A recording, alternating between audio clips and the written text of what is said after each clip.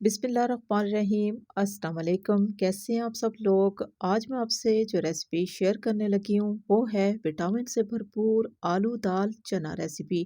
बहुत ही सिंपल एक different recipe जिसे मैं बनाऊंगी घर के सादा मसालों के साथ आसान तरीके से। इस दाल आलू का जायका किसी गोश्त से कम नहीं। अगर आप आलू दाल चना को मेरे तरीके से बनाएंगे तो गोश्त से ज़्यादा पसंद आएगी। इसकी तैयारी के लिए हम लेंगे हस्बे ज़रूरत कुकिंग ऑयल या घी। हम ऑयल का इस्तेमाल करने लगे हैं। अब इसी ऑयल में हम डाल देंगे ठीक 3 चम्मच भर के बारीक कटा हुआ लहसुन।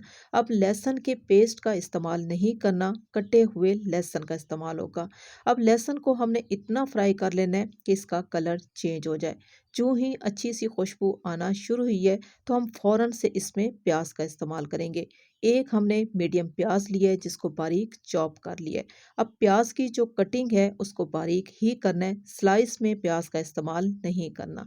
अब प्याज को हमने लहसुन के साथ इतना फ्राई कर लेना है कि प्याज जो हैं वो सॉफ्ट हो जाएं। प्याज के कलर को ब्राउन नहीं करना।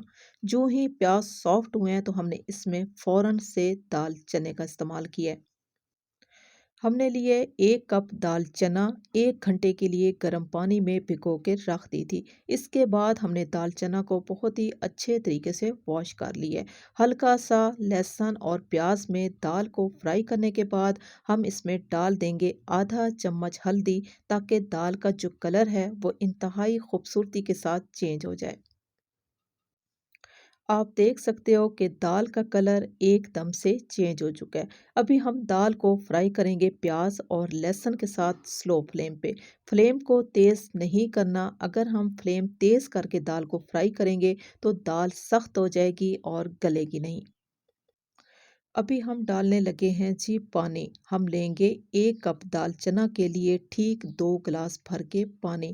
लगा देंगे जी ढक्कन और 20 मिनट के लिए दम वाली आंच पे हमने दाल को इतना पका लेना है कि दाल गल जाए और पानी खुश्क हो जाए।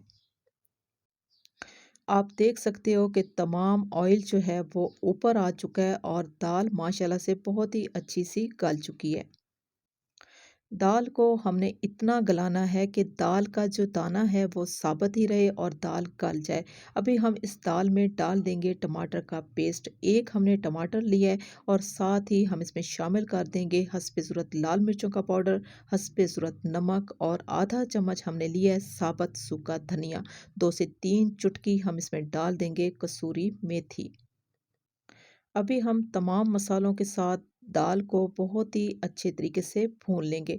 हमने दाल की इतनी अच्छे तरीके से भुनाई करनी है कि तमाम मसालों की अच्छी सी खुशबू आनी चाहिए। दाल को हमने मसालों के साथ भून लिया है तो हम इसी मसाले में डाल देंगे आलू। आधा किलो हमने आलू लिए हैं। अब आलू और इस मसाले की हमने दोबारा से भुनाई करनी है ताकि आलू का कच्चापन ख़त्म हो जाए। जब तमाम मसालों की अच्छे तरीके से भुनाई हो जाएगी तो हम इसमें डाल देंगे पानी। अब पानी का हमने कितना इस्तेमाल करना है, हम लेंगे जी 2 गिलास पानी। जितना हमें शोरबा चाहिए हम उतना ही पानी लेंगे। हमने पानी का इतना इस्तेमाल किया है जिसमें आलू गल जाएं। दोबारा से लगा देते हैं जी ढक्कन। 10 से 12 मिनट के लिए हम दम वाली आंच पे छोड़ देंगे ताकि आलू जो हैं वो गल जाएं। आपको चेक करा देते हैं कि फ्लेम इतनी ही होनी चाहिए, इससे ज़्यादा हमने फ्लेम नहीं करनी। 10 से 12 मिनट का टाइम गुजर चुका है तो यकीन माने सादा मसालों की बहुत ही अच्छी सी खुशबू आ रही है। अभी हम चेक कर लेते हैं कि दाल किस हद तक तैयार हो चुकी है। आलू जो हैं वो भी गल चुके हैं और पानी हल्का सा खुश्क हो चुका है। बस इतना ही हमें शोरबा चाहिए। अभी हम इस दाल आलू में डाल देंगे ढेर सारा बारीक कटा हुआ हरा धनिया। इससे इसकी खुशबू और जायका जो है वो डबल हो जाएगा। हल्के हाथ से हम धनिए को मिक्स कर देते हैं आलू और दाल चना में।